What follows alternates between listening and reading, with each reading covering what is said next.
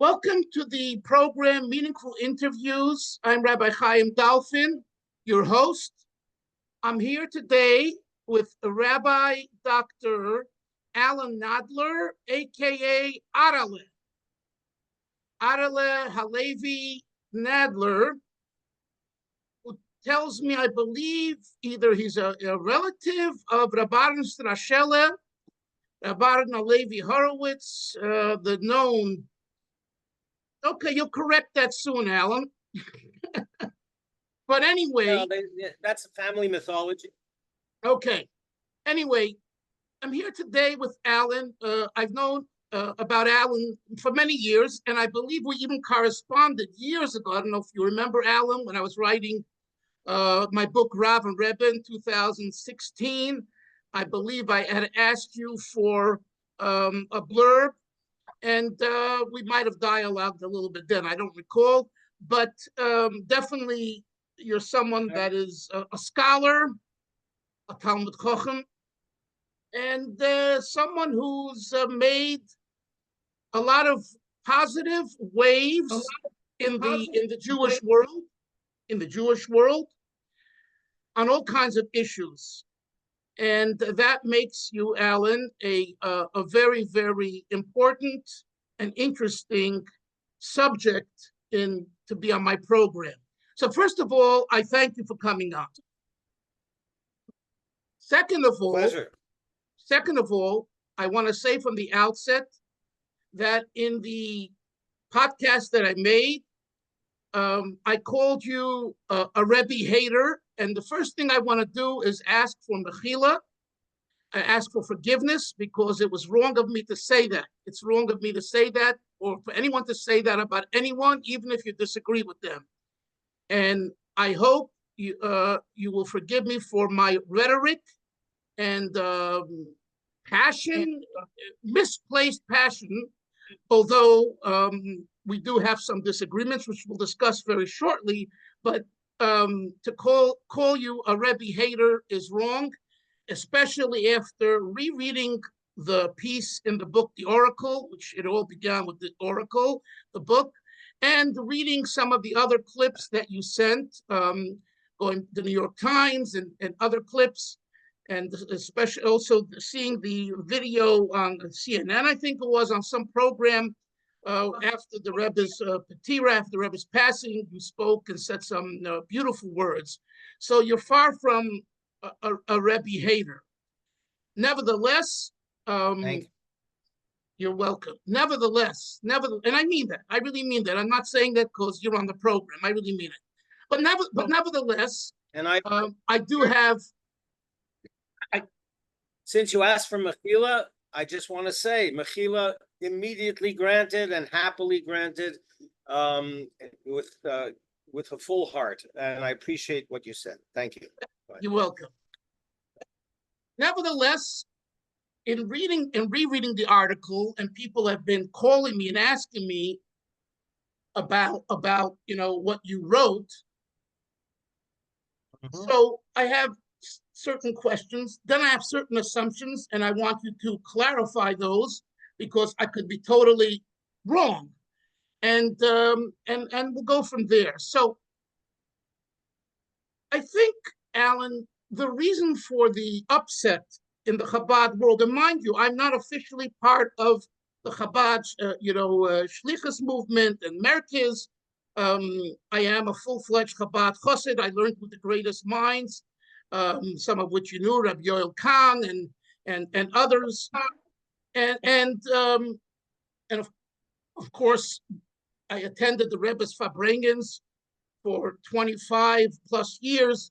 So I'm entrenched in this, and I know it from the inside, Alan. I'm not, you're talking to someone that knows Chabad from the inside, and as a student of history, and a researcher, I have researched a tremendous amount of Chabad for 200 years, going back to the Strashele. I know about that, and many other subjects that many Chabadniks don't know about or don't want to talk about, but even, probably a lot don't even know about it. The Tzemach Tzedek's sons, the disagreements between the sons, I've written extensively about that, and some like it, some don't, but that's the way it is. Anyway. So what upset people, Alan, is the tone that we hear it. Now, it could be it's because we're Lubavitchers, in love with the Rebbe, in love with Chabad, and we hear it that way. But what we hear when we read this piece is that you are insulting. You're insulting, shluchim, calling them, munis, the word munis, the word here's there. Even your end statement, let me finish. Your end statement, I guess I did listen to the Rebbe, that what he told me at 16, after you said earlier in the article, like you were totally not impressed, and the implication is like, this is a Rebbe. Rabbi Kramer set me up at a young age to meet the Rebbe, and he says nothing to me, like, big deal, like, so you totally weren't moved, and you didn't see his greatness, although you speak about his charisma and what he did for the world. But the end, you end off like, I guess I did listen to the Rebbe, and I went into a Lithuanian world or something like that, what you wrote at the end. My point is that the article, kind of beginning, middle, and end, it smacks of, I'll tell you frankly what hit me. A good old Misnaged. It sounds like a Misnaged of the Vilna Gaon's time, of the Baal Shem Tov's time. It's like, he's poking fun, and that's really upsetting. And I'm not going to discuss now the oracle, whether they sell the book, they don't sell the book. I'm talking about Le'etzem Hadover, the thing itself. So my question is, and here's the point, would you agree that the way you wrote that article, the way Zakukowski, wrote it, and then you rewrote it, and whatever you did, you edited, and you approved it, so it's yours. It's Alan Nadler's, it's not Zakukowski's. Would you say that there is an element of insult, demeaning, Lubavitch, Chabad, the Rebbe, etc.? That's my question.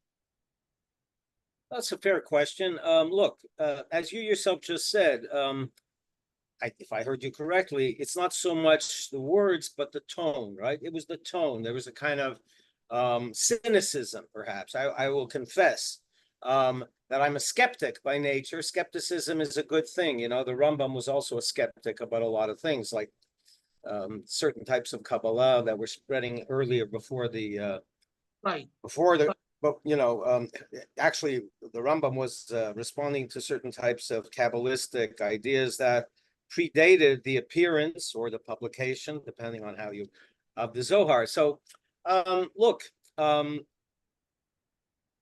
mean, when we write things, in general, I would say in general, this is not a piece of my literary style because it was based on an interview. David transcribed it. I looked at it. I said, fine, you're right. That's so I own it.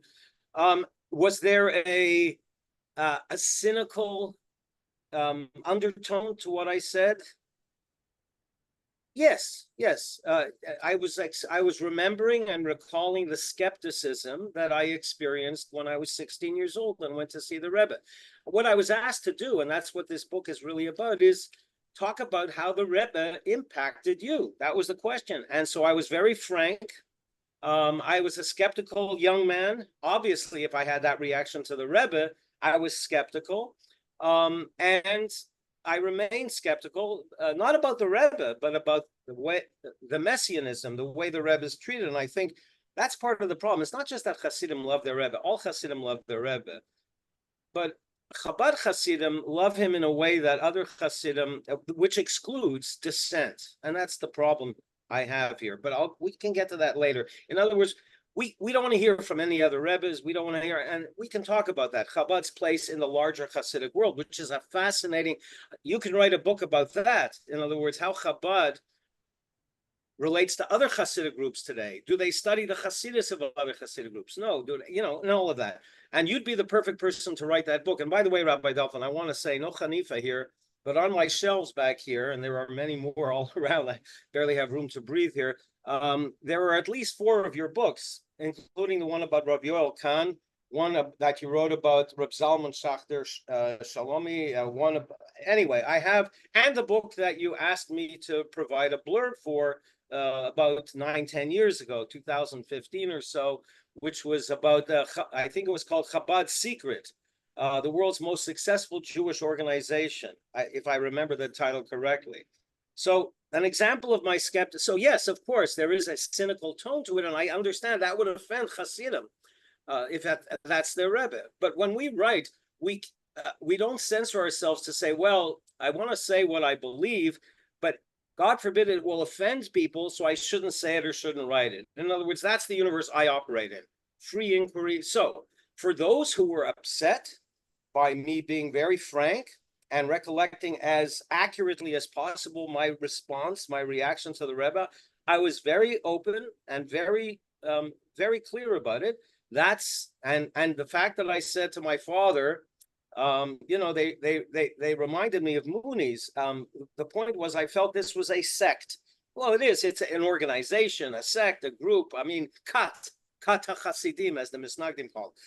So yes, and those who found offense in my honest accounting of my reaction to it, I'm very sorry they were offended. No one set out to offend anyone, chas v'shalom, and I certainly didn't want to offend anyone. I just wanted to respond to what I was asked to do, and that's tell us about your experience with the Rebbe. And I did it honestly, openly, and people got offended. That's fine. And I mean, listen, we listen, in a world of free discourse and the open exchange of ideas, right? We can never censor ourselves for fear that we may offend someone personally. It's not personal. I wasn't setting out to offend any individual Chabad Chassid, and if I did, I'm sorry. I'm sorry you were offended by what I wrote. Does that mean I should have censored myself? I don't believe so. But obviously this was, also, I have to tell you, Rabbi Chaim, and then I'll stop and let you ask more questions, but I have to tell you very sincerely, there are a lot of Lubavitcher Hasidim who I've known over the years. The Montreal Chabad community is, after New York, the New York area, probably the second largest Chabad community. It's also the second largest Hasidic community in North America. We have the largest bells, the largest Satmar, the largest vision. It's only Montreal and the New York area. You have real Hasidim with Stiebelach, and we have well over 10, 15,000 actual Hasidim, not like in Boston with the Boston Rebbe, real Hasidim, emissaries Hasidim. They speak only Yiddish, except the young Lubavitchers who don't speak Yiddish, by the way, okay. So I love the Hasidic community. One doesn't devote one's life to studying. In the article I wrote, I focused on the Misnaged. It's true. I have a book about Misnaged and articles about the Vilna Gaon and his Talmidim and various manuscripts. But I've also written studies of Slonim Chasidus. I don't think anyone else has that did until I did. I wrote the first critical article, in other words, with footnotes. The first 1982, I published an article about the Satmar Rebbe, Rabbi Yoel Teitelbaum. The other Rabbi Yoel, not your Rabbi Yoel, Rabbi Yoel Teitelbaum. So that was in 1982. I was a kid then too. That's what is that? 42 years ago. So, I used to hang around with Hasidim growing up. I hung around, as I recounted, I hung around with the Belzer Hasidim. I used to go daven by Belz. I used to go to their mikvah.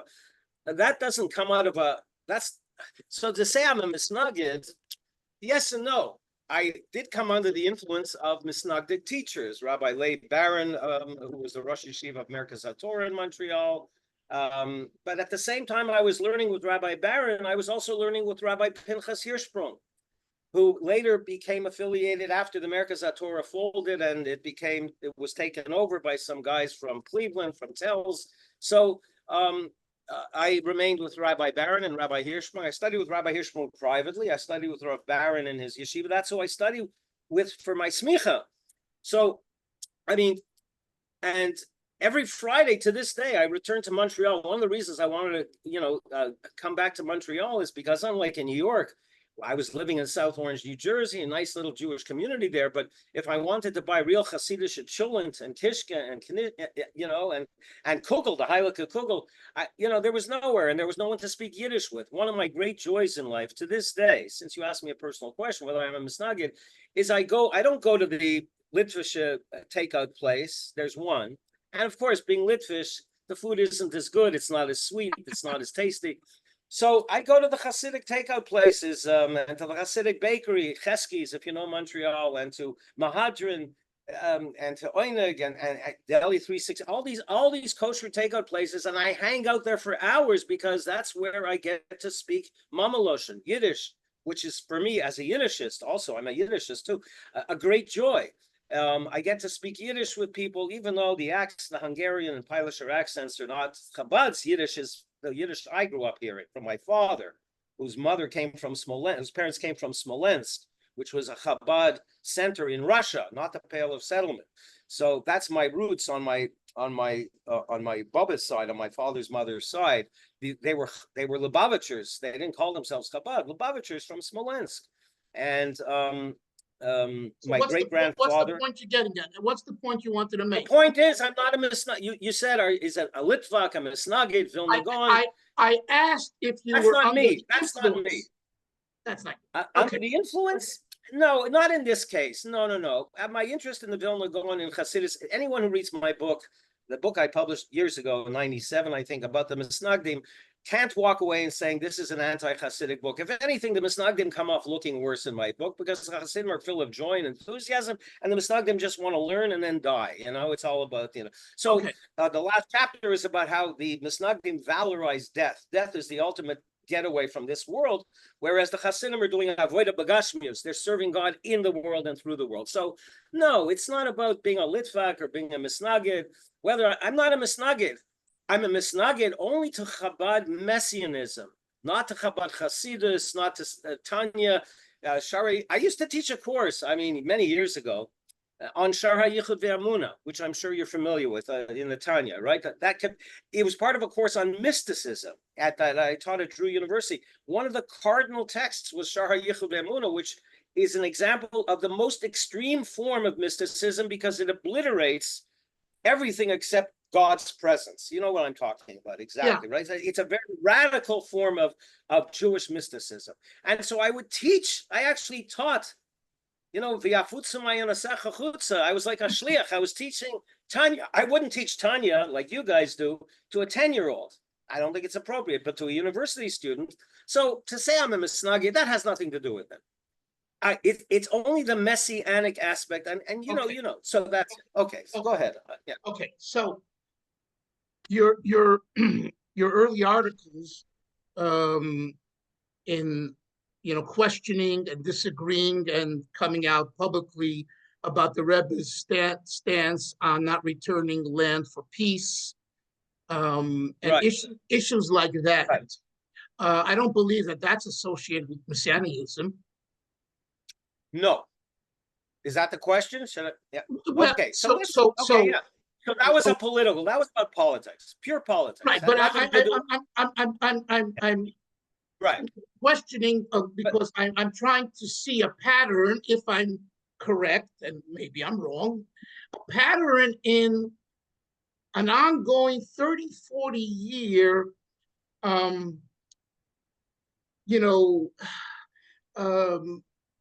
don't dislike it.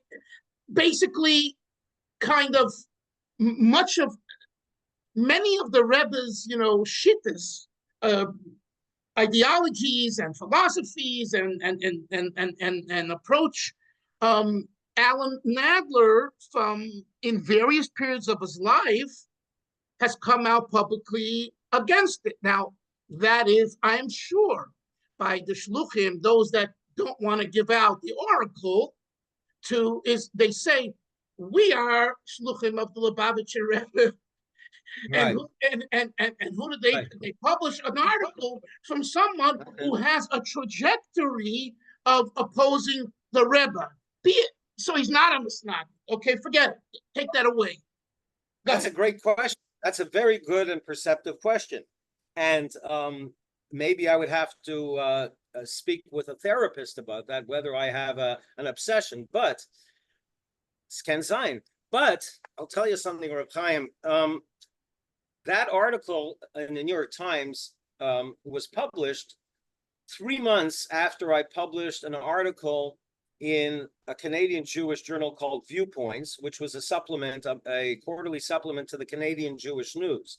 It no longer exists. That article was called Messianism for the Masses. So this was 1984, 85, 80, anyway, whatever. It was when I was the rabbi at Shar Shemaim here in Montreal.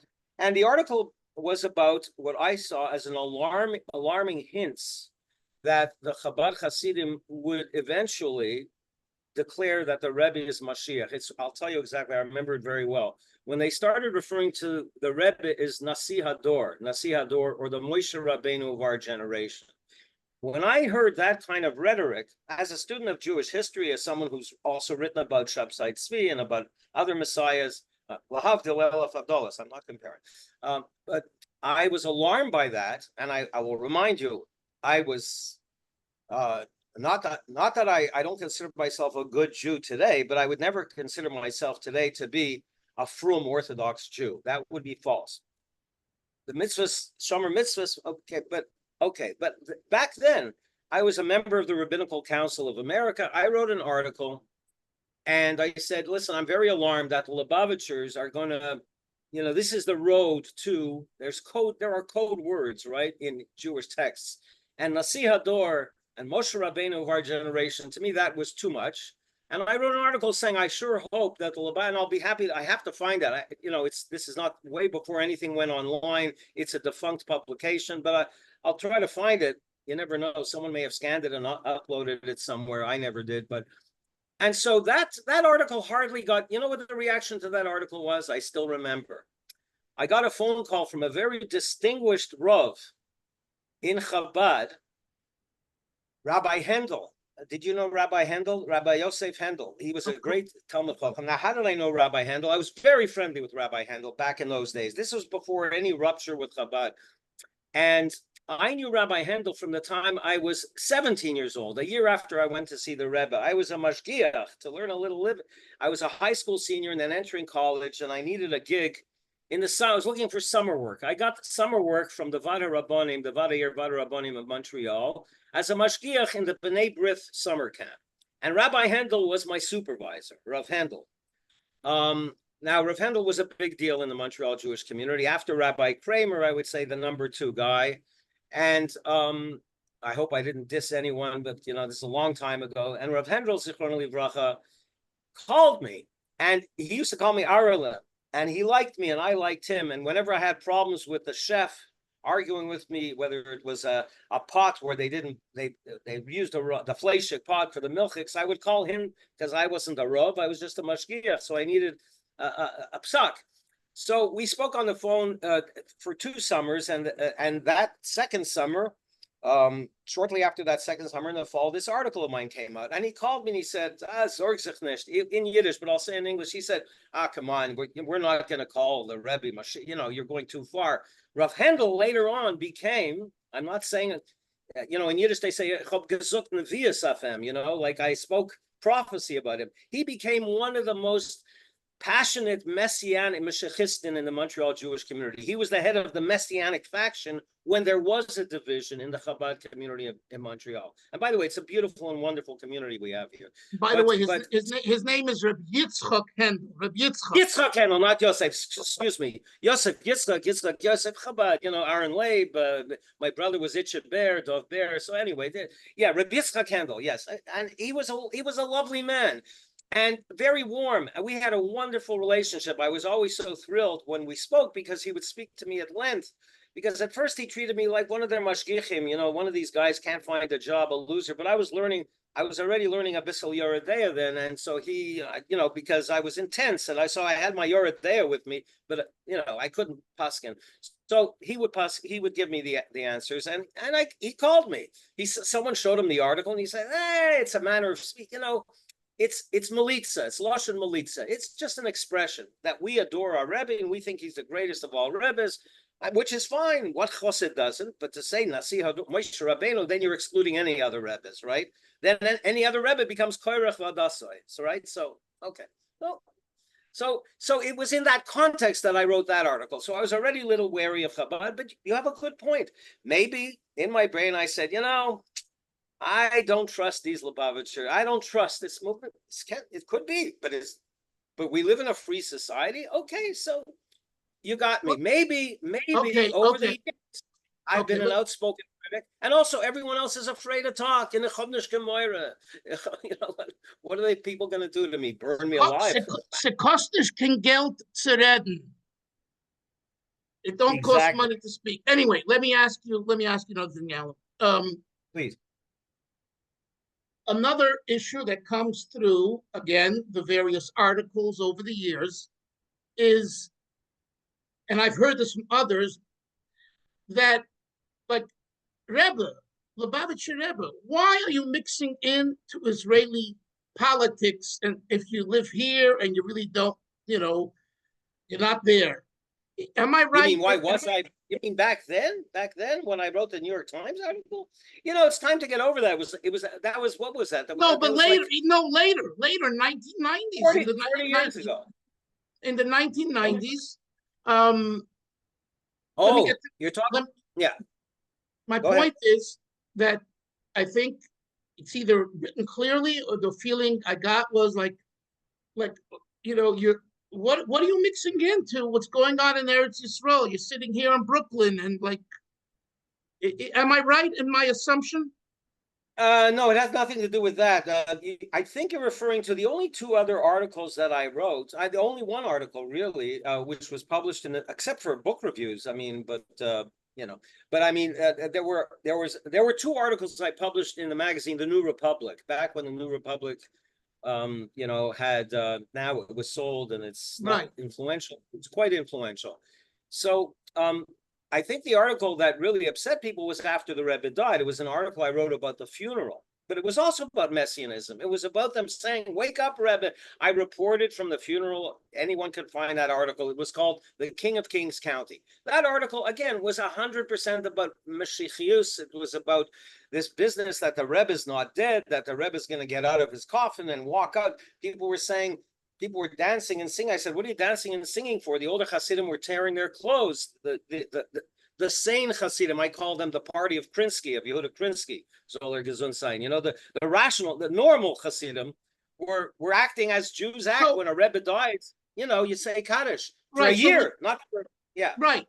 So would you say, what I'm hearing you say today is that most of your criticism is because of the Messianic wave, even as far as early 80s, Nasi Adar, Moshe Rabbeinu.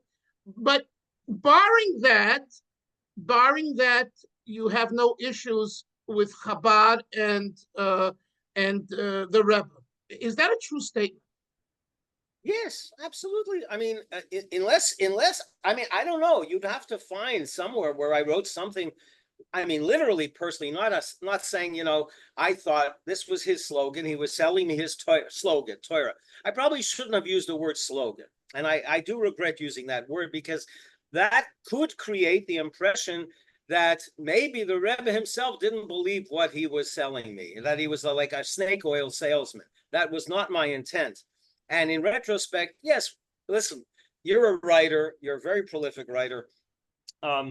Have you never looked at something you've written and said, maybe I should have put it differently? So yes, slogan was the wrong word. He was selling me his Torah.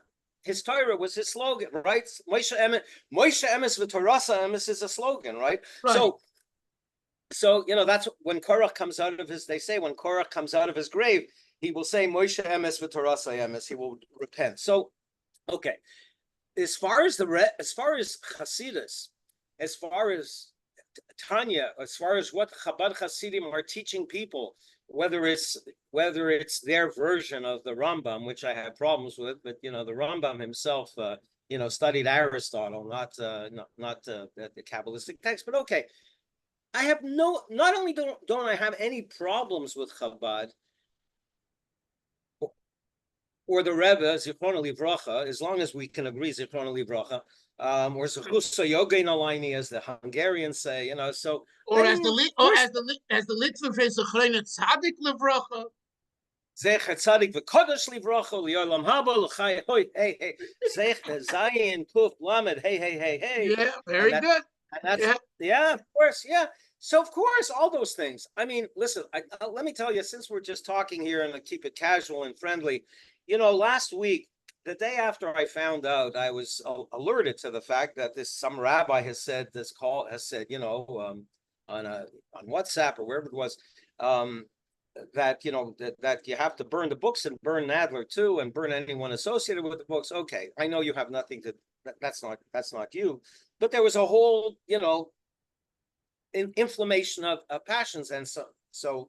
And you played a part in that too. You asked for Mechila, but I mean, you have to acknowledge that our words carry consequences. So if the word slogan or Muni can maybe hurt people, calling someone a terrible person and a hater of the Rebbe, you did use the word terrible several times, that I'm a terrible person, that inflames people too. If he's a terrible person, let's get him, let's burn him. So I'm not saying that you ever subscribe to that, but the most beautiful thing that is said about us, if we can call ourselves chachamim, we are teachers. I'm not saying agrois chacham, but teachers, rabbis.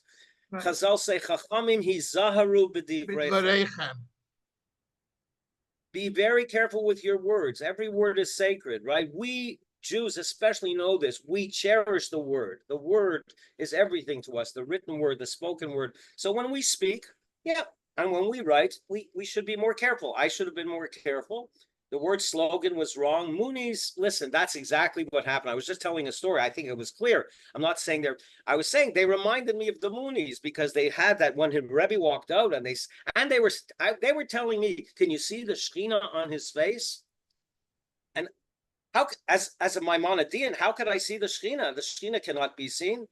I mean, this is in the Chumash, right? Even Moshe Rabbeinu wasn't allowed to see the Shekhinah. He had to turn around. So, I mean, come on. You want me to see the Shekhinah? So, no, I didn't see the Shekhinah. What I saw was them, the look in their eyes, and that reminded me of Moonies. It really did. And that's all. So, okay. But I'm digressing. The point, so you're answering the question. I don't hate Chabad. Hate? No, I didn't say hate Chabad. If it was your opinion that you have a problem with the Rebbe in involving himself in what's called Israeli politics and things like that. That was my specific question, and I thought I saw it in one of your articles, but you say no, you never had that feeling of hating the Rebbe, of disliking. No, not hating of the Rebbe. You disagree with the Rebbe involving himself in politics. Yeah. That's a political. Yes, absolutely. That was what my New York Times article was all about. That's all it was about. Right. Nowhere in that article did I say he's not a great rabbi. Nowhere in that article did I insult him personally. I thought it was inappropriate for any rabbi, I wrote in the article, any rabbi living in America to intervene directly and call members of the Knesset, we're talking about democratic principles, and to tell them to break a promise they made back then to Shimon Peres, based on his belief that you mustn't return an inch of territory. Now, again, he thought that was Das Torah. So I just want to, since we're talking about, since you raised the issue of the Shtachim, without getting into that again, I think we can see what's happened in the West Bank. It's not a pretty picture, but I won't get into that. The Gedolim of that time, Rav Shach, Rav Avadia Yosef, my own Rebbe, Rabbi Barron, Rabbi Ruderman, the Rosh Yeshiva of Ner Yisrael, my other teacher, Rabbi Nachum Rabinovich, who was a Talmud Mufak of Rabbi Ruderman, Rosh Yeshivas, all the Shas party's policy was it's a matter of pikuach nefesh. The Rebbe had a different halachic position. His position was based on the Shulchan Aruch. I'm not going to go into it about when you can violate Shabbos to save a border community. Shin Lamed Beis. Shin Lamed Beis. Yeah, exactly. So we don't have to, for your general listeners, we don't have to get into the whole halachic debate, but there was a legitimate dispute between different rabbis. Absolutely. And I didn't get into that in my New York Times article because it's not for the New York Times. But that's where I was coming from. In other words, my position was based on the rabbis whose opinion on that specific issue I followed. You know, Elu ve'elu divrei Elim Chaim. I followed the opinion of my Rebbe back then, who was Rabbi Leib Baron, who was, by the way, a Talmud Mufak of Rabbi Chaim Wasserman, and a mirror, a great Talmud Chacham, a Mechaber of 7 or 8 Svarim, and Rosh Yeshiva in Montreal. He was the Miyased of the first real Litvish Yeshiva in Montreal, Yeshiva Merkaz HaTorah. They had a high school, they had a Yeshiva Gedola, Smicha program, and so that's where I was coming from. There was no animosity expressed directly towards the Rebbe. It was only about that issue, about interfering in an Israeli election. So it's a political disagreement. Now, we don't have to hate the people we disagree with politically, and we see what happens when we do, when we allow hatred and kina and everyone in your country, in the United States. Baruch Hashem, I escaped that crazy country for Canada, which is a golden Medina mamish. And I couldn't resist, but I have to say, it's very dangerous. Politics, when we disagree politically about a political matter, and that was purely about politics, that doesn't mean we hate our political interlocutors. On the contrary, I remember a time in which, Democrats and Republicans got along famously. I mean, you don't have to go back very far. Ruth Bader Ginsburg and Justice Scalia used to go out for lunch. They were best friends, and they couldn't have been farther apart politically. Today's Supreme Court, unfortunately, things have gotten ugly. So I'd love it if we could return to an atmosphere where we understand this man disagreed with us. What was his motivation? Back then, it had nothing to do with messianism. This was a purely political matter, but it had to do with halacha. And so that was not for the New York Times, but that's where I was coming from. I was a rabbi. I had access to the editorial page of the New York Times, which no other rabbi in Montreal had. I was very young. I was in my mid-30s, but I had already published articles in a lot of newspapers and magazines. And so the New York Times welcomed my op-ed piece. Other rabbis in Montreal who agreed with me, Rabbi Baron, whose English was okay, but he couldn't write an article for the New York Times. They wouldn't have published him because they didn't know who he was. So I published that with the blessing of my Rebbe, who totally agreed with me, and he was a Misnaged. He was a Litvak and a Misnaged, and he had no patience for Chabad. I was never that way. I'm not. You asked me, and I want you to ask another question, because you asked me an excellent question. You asked me, aside from the messianism. Wait, Alan, stop. What we have to do now is we are going to end the first part of the interview, and I'm going to send another invitation to do part 2. And if we need to, we'll do part 3, because I have a certain limited amount of time. So, ladies and gentlemen, did we discuss my hourly rate? Because I have come from a family of lawyers, So for that we need to look at the Chasidism. Anyway, ladies and gentlemen, I've been talking to Alan Nadler, Rabbi Professor Alan Nadler, and it's been wonderful. And we'll see you soon again for part 2. Please listen, because I still have some loaded questions for you, Alan. Sei gesund. Shalom. Bye-bye. Bye-bye.